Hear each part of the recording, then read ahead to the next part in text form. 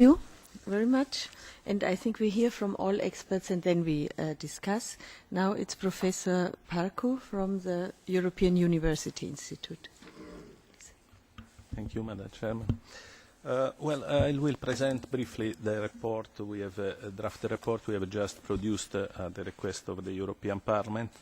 The report is a report on the situation of media freedom in the Western Balkans. The authors are Elda, Brogi and Alina Dobreva under the supervision of Professor Petkovic and myself.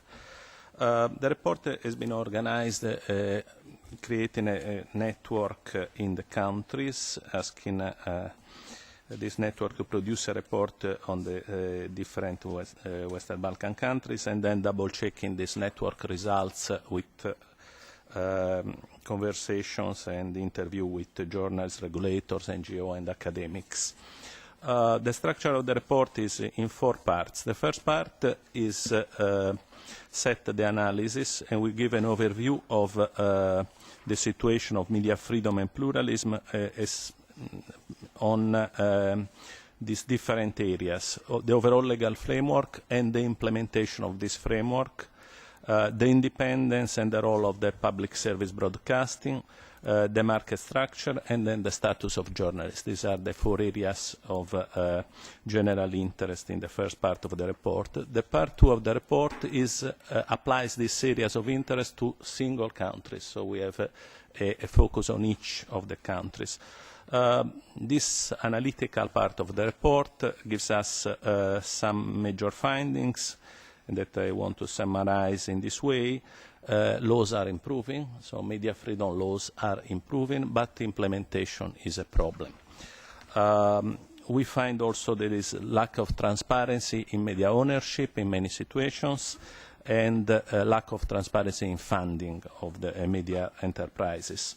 The media market is severely fragmented in most situations, and this brings to a situation in which the independence of media is compromised by pressure from political powers, economic actors, and sometimes a combination of both.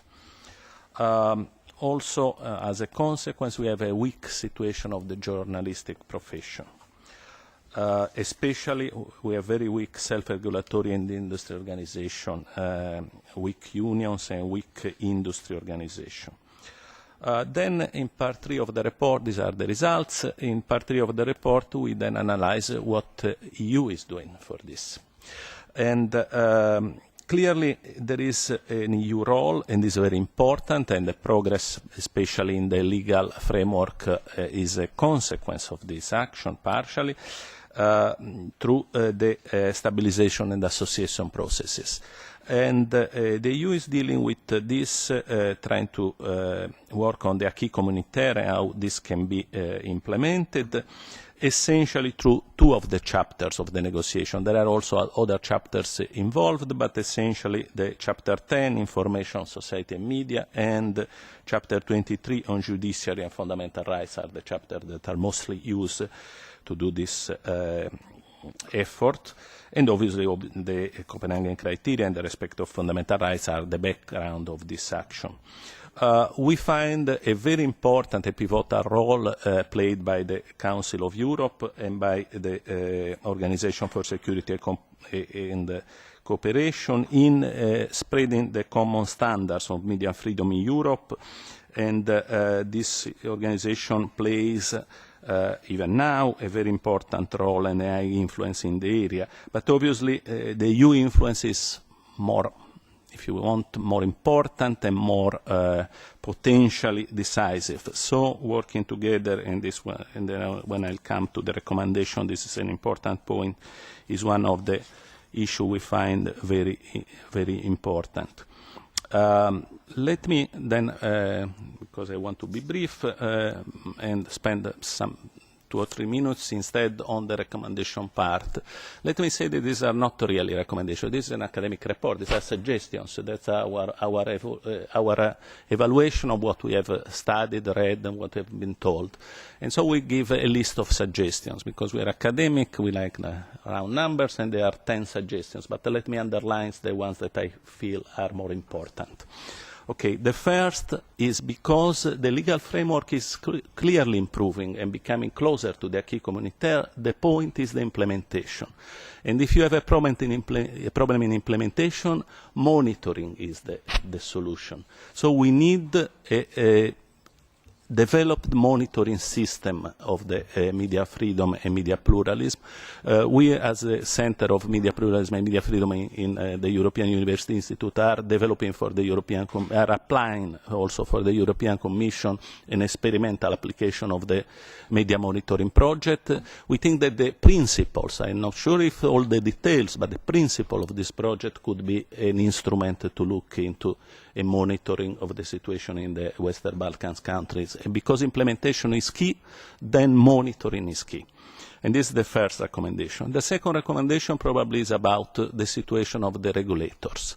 There is a question of independence, media regulator, professionalism, capacity, political independence. Well, we think that this should be faced, and we feel that there should be events in which these regulators are confronted with the standards, and we also think that if there would be an effort to create a regional network of these regulators, that through peer review would help improve the situation. So that's one suggestion we are going to advance. Then a third suggestion is about ownership and funding transparency. We found that that is very important. Also because of the economic crisis, public money, both state aid and advertising, money, public advertising are very important. And also very important is because there is sometimes a difficulty in collecting money, even if a public service, for instance, PBS is supported by organized instruments, sometimes collection is insufficient. Well, then it's very important that the method to implement this should be automatic, so cannot be exposed to political pressure. So this is another suggestion.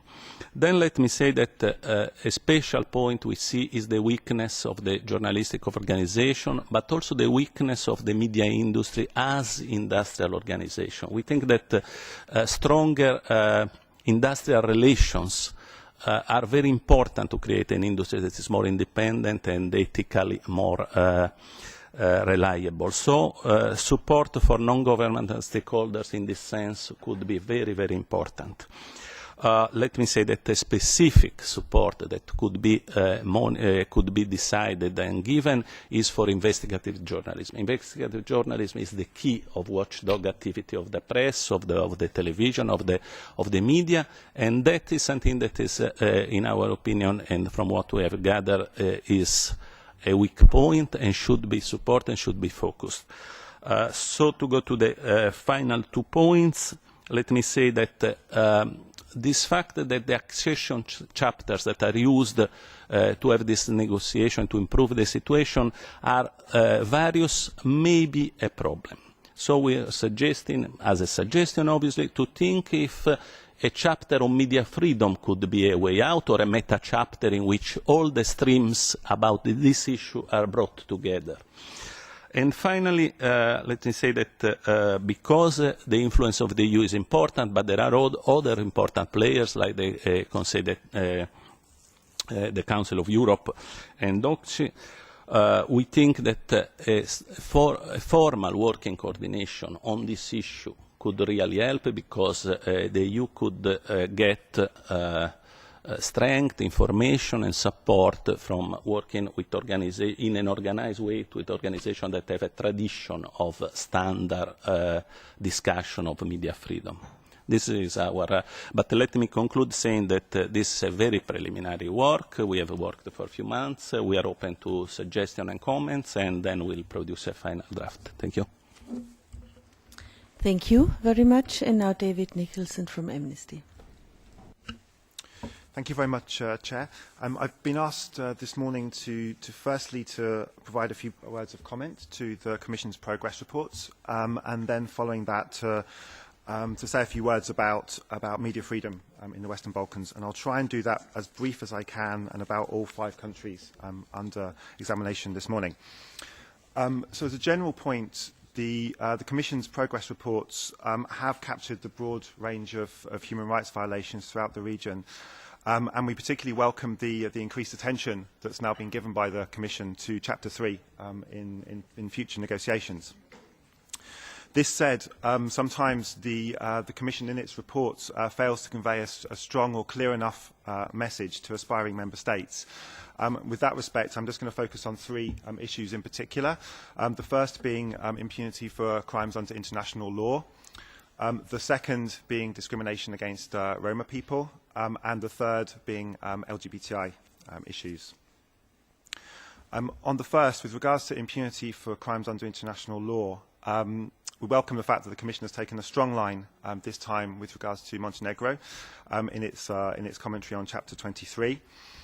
However, with regards to Serbia, the impunity for war crimes is not as adequately reflected and is not reflected at all in its discussions on human rights in the chapter.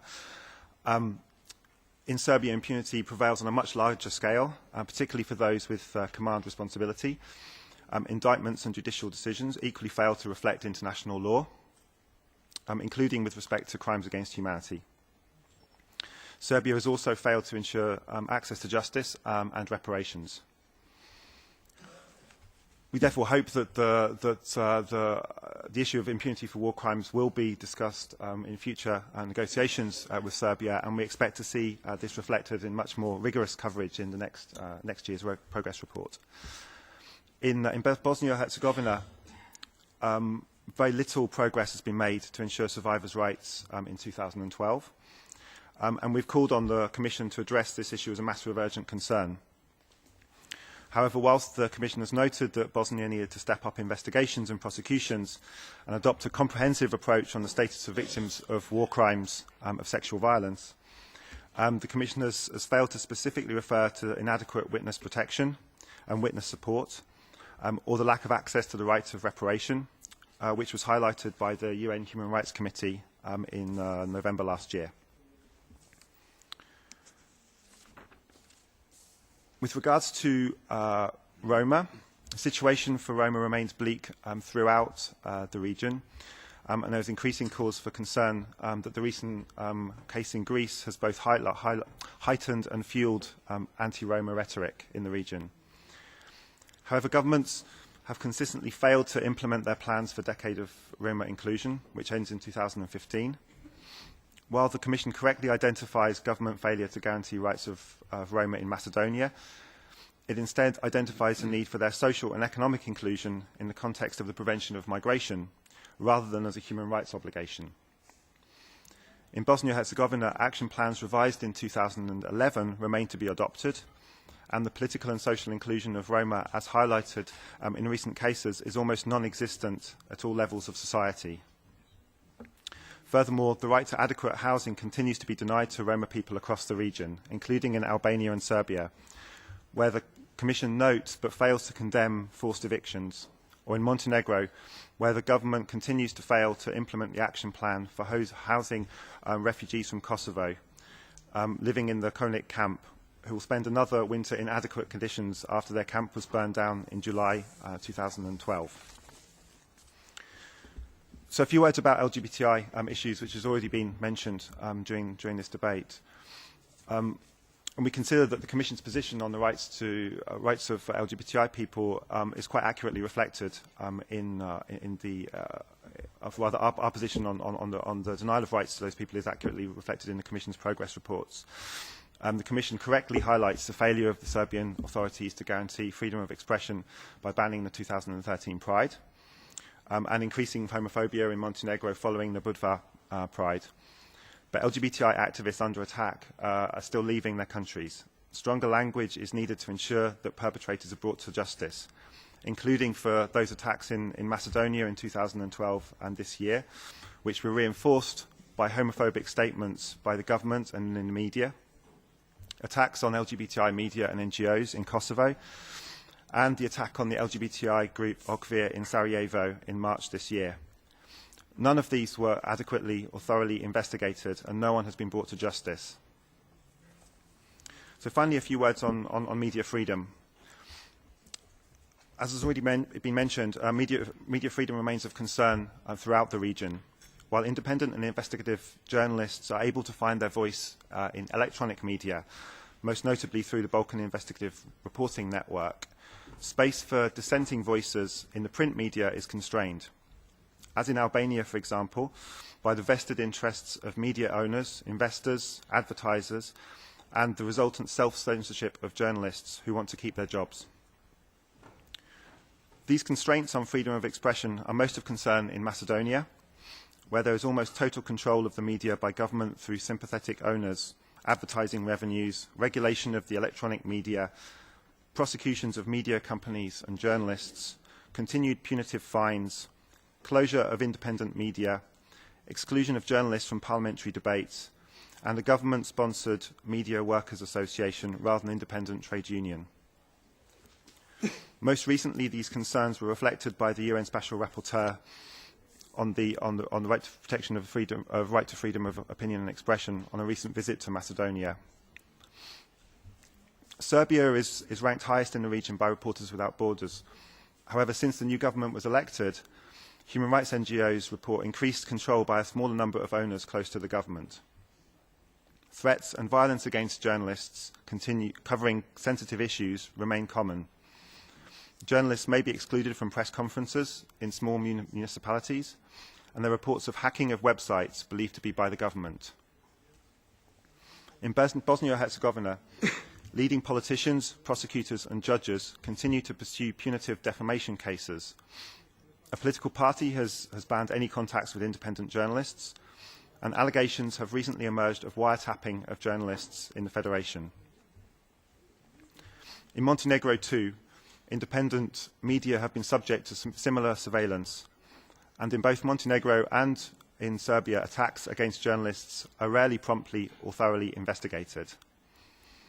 In the latter, the legacy of unsolved murders and attacks on journalists, some of which took place over a decade ago, remain uninvestigated. As a final point, in addition to concerns about freedom of the media, we're also concerned at the growing limitations on freedom of expression with respect to NGOs and human rights defenders. Funding by foreign donors is diminishing, and access to IPA funding for NGOs is often coordinated or controlled by governments. This has been highlighted by local NGOs, particularly those dealing with impunity for war crimes or addressing discrimination against minorities in Serbia, or with respect to Roma NGOs in Macedonia. So on this point, the Commission really needs to increase vigilance with respect to the freedom of expression of human rights defenders. Thank you very much. Thank you very much for your detailed presentation and the many recommendations you have. Now the floor is open to members who want to take the floor. Yeah. Mr. Vuljanic, please.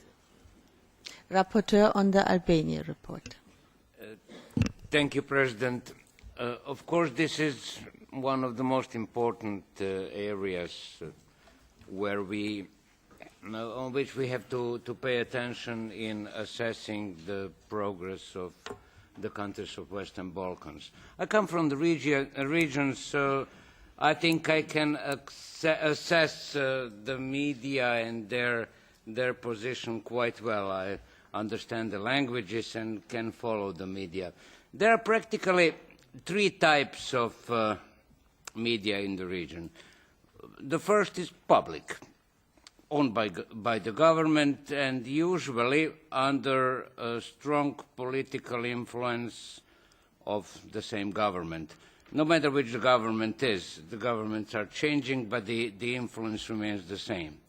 The second group are privately owned media, usually by some new tycoons or even international groups, which are politically sorted.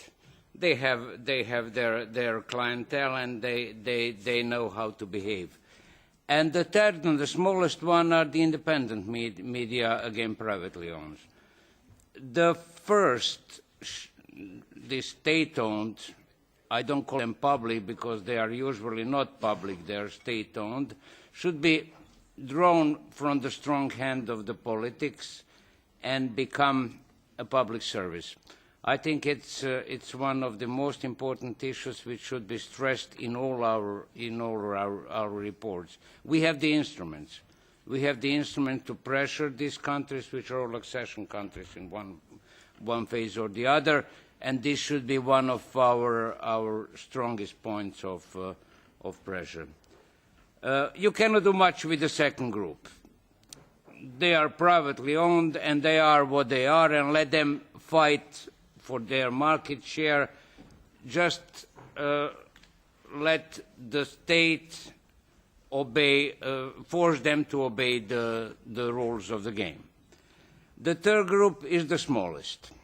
I've met the representatives of some of them in Albania.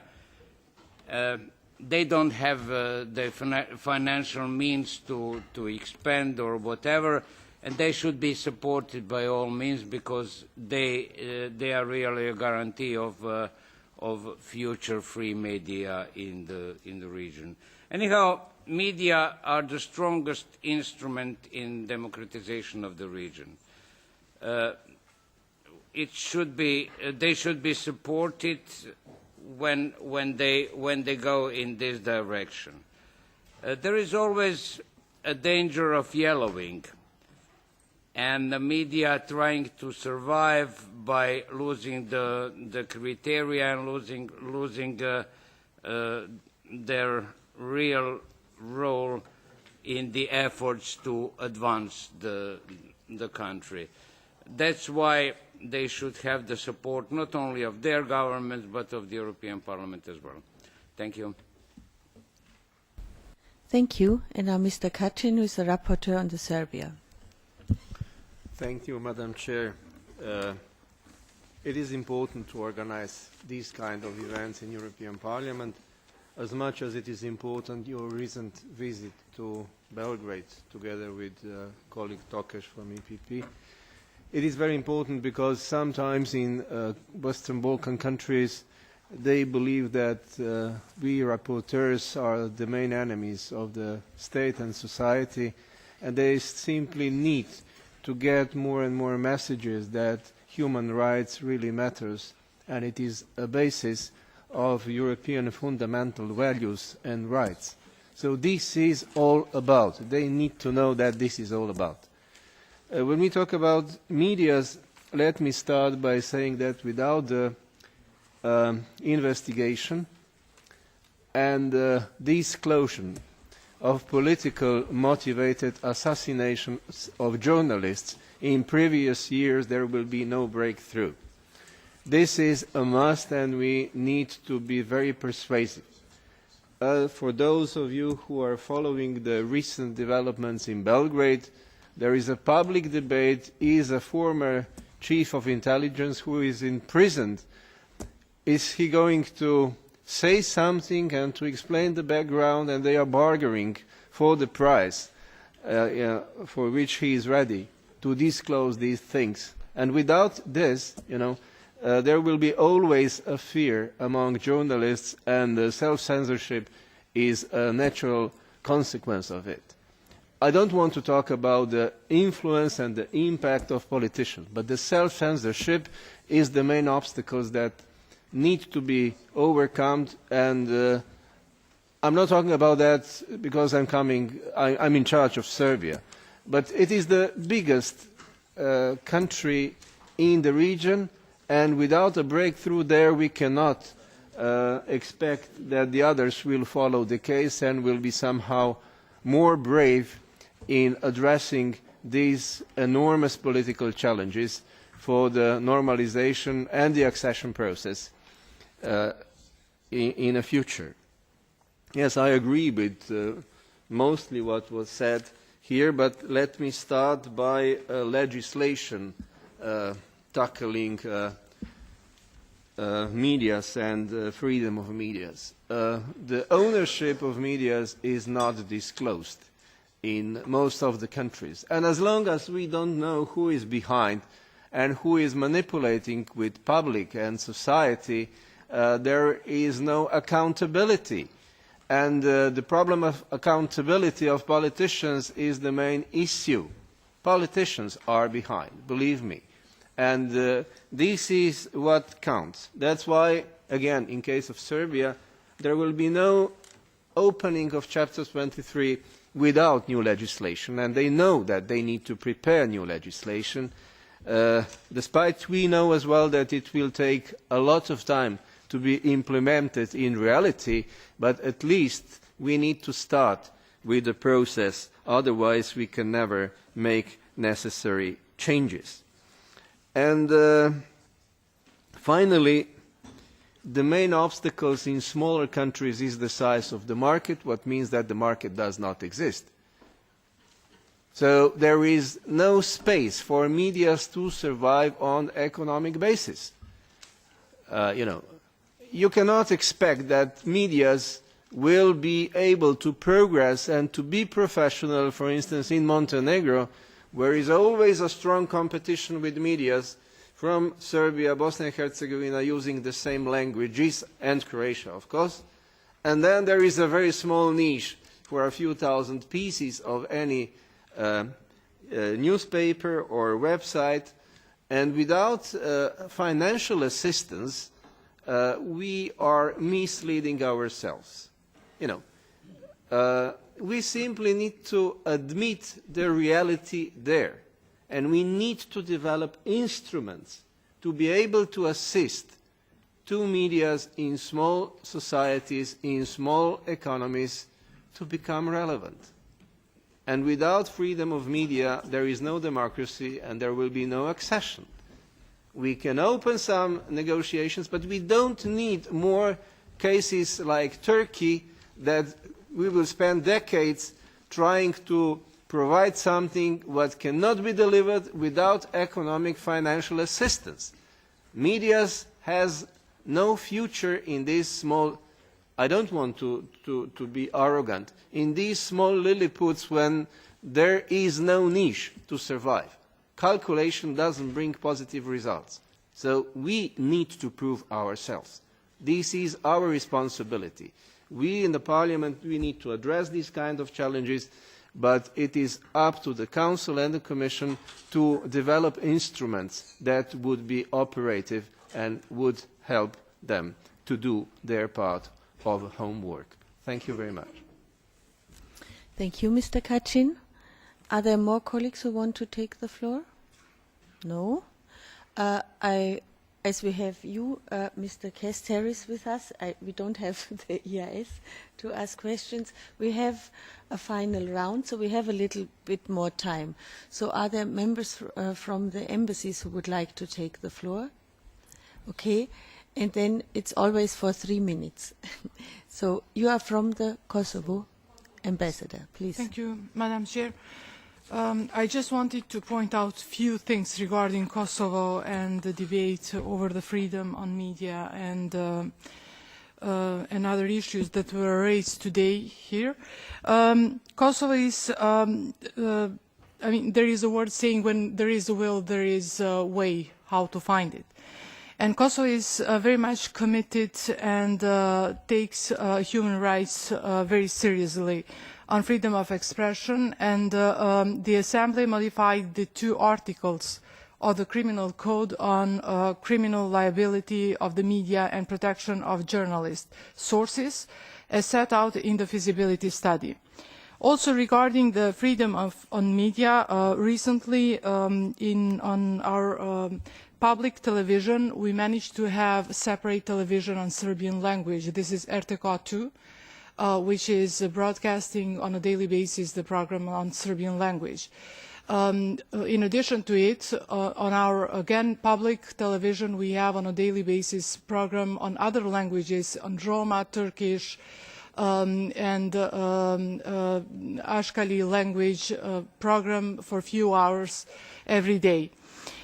And as regard of women rights and gender equity, the government adopted implementing legislation for the law on protection against domestic violence. The Agency for Gender Equity prepared an action plan on the implementation of the relevant UN resolution. The aim is to strengthen the position of women in decision-making processes. Thank you. Thank you. So then I don't see more hands. Then now I see Ambassador from Serbia, please. Thank you very much, Madam President. First of all, I would like to also to join my greetings to your visit to Serbia, and I did not assist to the previous point, but I hope that the visit was a good one, that you could assess in positive way situation, although there are always problems. I would like also to just to add some information concerning those 3 points that have been mentioned and discussed today. Freedom of expression, media problems. I would just to say that government is planning to pass and to adopt a basic law on public information by the end of this year. So it will be very close, and there are some basic issues that been included in this law, such as total withdrawal of the state from media system, apart public services, and also issue of transparency of ownership, to which Mr. Kacin has been pointing out rightly. I think this is one of major issues in modern market system. There will be by the beginning of next year also 2 new laws on electronic services and public media services. They will deal with the problem that is very acute now of public television in Serbia, and also television Vojvodin, which are in a very bad economic situation because of the problem of collecting of fees for TV, and there is a debate what would be the best way, but for the time being government is planning to finance those 2 televisions through its budget. We know that this is not the best way, but this is the most practical for time being and for the situation. As Roma are concerned, I was discussing last time also about this issue, so when I was here, so I'm not going to say a lot more. We are also aware of the Roma problem. There is a number of measures that have been adopted in the action plan and strategy for Roma until 2015. Some of those measures concern also housing of Roma, the appointment of special network of Roma coordinators which deal with the population, also measures in education and health sector. Finally, as LGBT group is concerned, we would just like to point out again that the government would be ready to actively work with the LGBT networks and activists in order to organize properly next year Pride Parade. And I would like also to stress that Pride Festival was organized in October. Despite unsuccess of Pride Parade, there were a number of activities that have been taken in Belgrade and the other cities in Serbia. Thank you. Thank you. And now I think finally the ambassador from Albania wants to speak. Well, here I have, who please raise your hands there, so I can't. Okay, Ambassador. Thank you very much. Thank you very much for inviting us all in this important meeting and making us part of the debate. With regard to the freedom of media in Albania, I can say that this is an issue that takes great importance by all authorities there, and that the Albanian constitution guarantees the right of freedom of speech, freedom of the press, radio and television is guaranteed. It's good to hear the attention that this issue has taken today in these debates, and the Commission has devoted also a big conference, Speak Up conference, on this important issue. Following that conference in Albania at the beginning of this year, we organized a conference on media with the participation of Commissioner Füle. Also, the Albanian Parliament in March this year adopted the law for audiovisual media in the Republic of Albania, which aims to regulate broadcasting activity in our country in accordance with the democratic functioning of the electronic media. The need to amend the legislation in this field came as a result of the development of electronic media services, technological developments in the field of electronic communication and information society, and of course measures are taken to have this law implemented. With regard to the Roma issue, I can also inform you that concrete measures have been taken to accommodate a group of families that have been displaced, and recently a conference under the Ombudsman took place in Tirana with the participation of 4 main ministries that deal with that issue. And we plan to have soon also a seminar to follow up on the action plan on Roma issue that was left as a result of a conference organized in Albania 2 years ago. Thank you very much. Thank you. And now we have also Mr. Levkovic, who is from the Montenegro embassy. Thank you very much, Madam Chair. I would just like to underline shortly that this year in Montenegro, within a few months, we organized 2 Pride parades together with the government support, and both of them were organized and were passed in a full manner. There is just, as the representative said, one case of the representative of one NGO that left the country asking asylum in Canada, but it's just an individual case.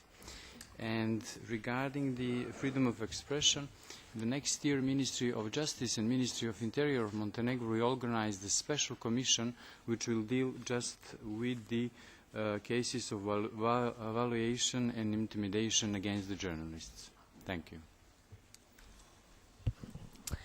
Thank you. And I know we are short of time, and you are not an ambassador, but if you are also sure you can take the floor. Madam Sidran from Bosnia, no? Sorry, from Fyrom,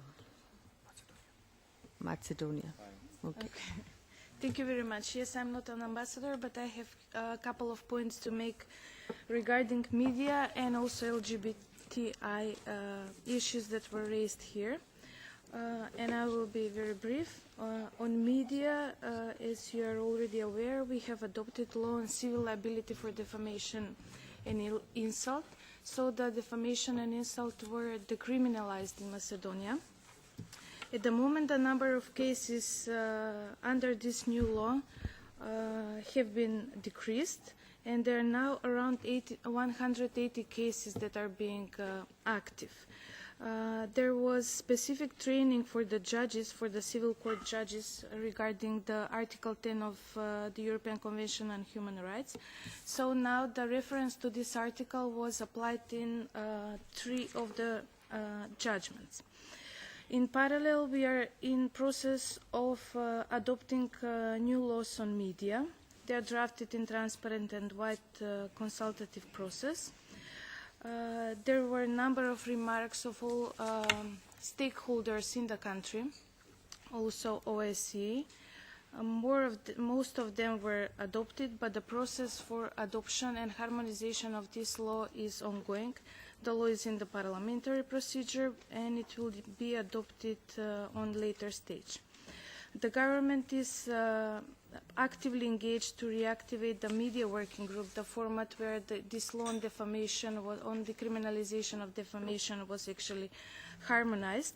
So this media working group comprises journalist associations, and it addresses different issues of concern of different media stakeholders. Regarding LGBT and the recent attacks that were mentioned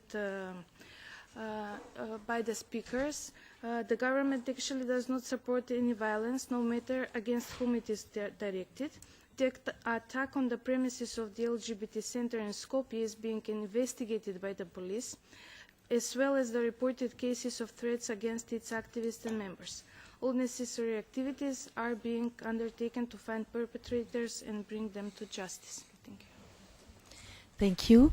And to end this panel, I would like to give the floor to Mr. Kesteris. And if you could also reflect on some of the critical remarks from Mr. Nicholson. Thank you. Absolutely.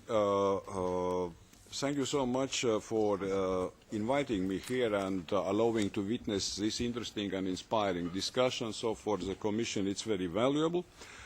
Of course, I have a great deal of temptation to go into different issues as were raised by members and colleagues at the panel, but unfortunately we don't have time, but I am at your disposal, so also outside this room.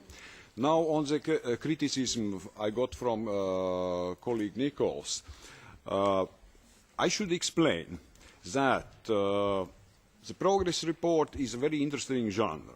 And unfortunately, we have certain limits, and many different issues are competing for the space in these progress reports. And then, unfortunately, not all the issues, in the case of all the countries, are reflected with a sufficient degree of detail. But you yourself said, and very rightfully so, that some issues might find a proper place in other documents. As you said, in the accession negotiations on Chapter 23-24, as you would know, we ask the countries starting negotiations and wanting opening these chapters to produce action plans. And implementation of these action plans would form a conditionality and set the place of accession negotiations altogether, not only Chapter 23. And if, for instance, I have to give example, Montenegro already presented us the action plan. And the issue was mentioned that violence against journalists, especially, non-resultative investigation in the case from the past is a very strong factor of self-censorship. Good. In Montenegro's action plan, investigation of the cases from the past also is included. On Roma issues, I already referred very briefly, unfortunately, in my introductory remarks that we have had a series of Roma seminars, policy seminars. Most of these seminars produced action plans which were agreed with the governments and now are under implementation. Also, these documents give more detailed stock-taking underlying issues and way forward on Roma issues. I would stop here and thanks again for inviting me. Thank you for coming and thanking all the experts and also for the study. I think we have a lot of information now to develop the policy further. And thank you to Mr. Kukan of co-chairing.